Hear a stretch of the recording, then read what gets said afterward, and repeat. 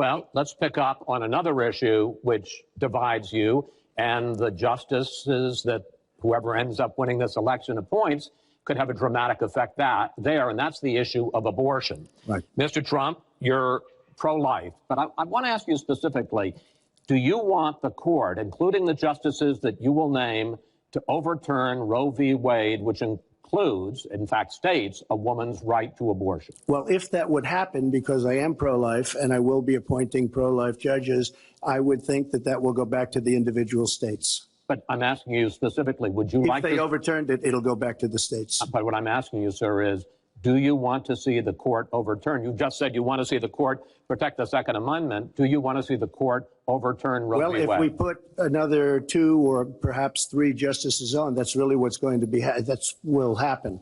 And that'll happen automatically, in my opinion, because I am putting pro-life justices on the court. I will say this, it will go back to the states, and the states will then make a determination. Secretary Clinton. Well, I strongly support Roe v. Wade, which guarantees a constitutional right to a woman to make the most intimate, most difficult in many cases decisions about her health care that one can imagine. And in this case, it's not only about Roe v. Wade. It is about what's happening right now in America. So many states are putting very stringent regulations on women that block them from exercising that choice, to the extent that they are defunding Planned Parenthood, which, of course, provides all kinds of cancer screenings and other benefits for women in our country. Donald has said he's in favor of defunding Planned Parenthood. He even supported shutting the government down to defund Planned Parenthood. I will defend Planned Parenthood.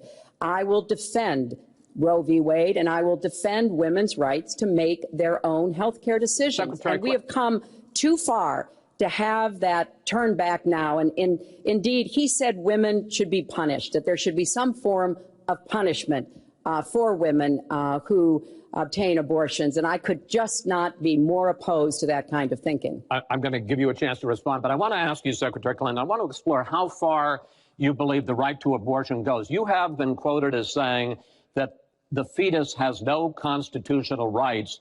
You also voted against a ban on late-term partial birth abortions. Why? Because Roe v. Wade very clearly sets out that there can be regulations on abortion so long as the life and the health of the mother are taken into account. And when I voted as a senator, I did not think that that was the case.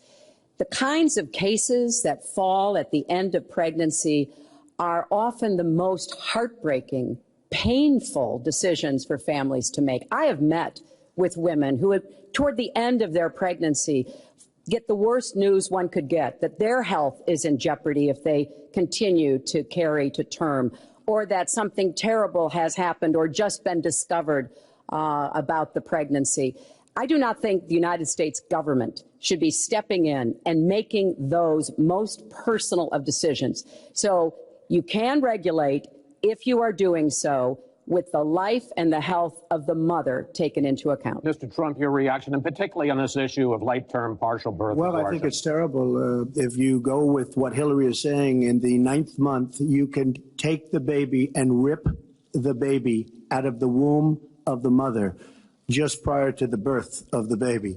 Now, you can say that that's okay, and Hillary can say that that's okay, but it's not okay with me. Because based on what she's saying and based on where she's going and where she's been, you can take the baby and rip the baby out of the womb in the 9th month on the final day.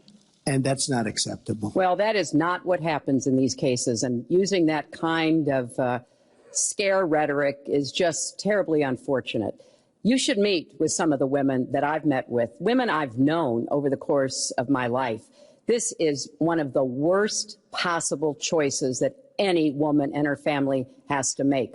And I do not believe the government should be making it. You know, I've had the great honor of traveling across the world on behalf of our country. I've been to countries where governments either forced women to have abortions like they used to do in China, or forced women to bear children like they used to do in Romania.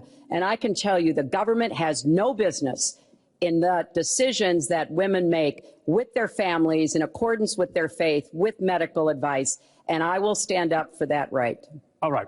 But just briefly, I want to move on to another honestly, segment. Nobody has business doing what I just said, doing that as late as 1 or 2 or 3 or 4 days prior to birth. Nobody has that. All right.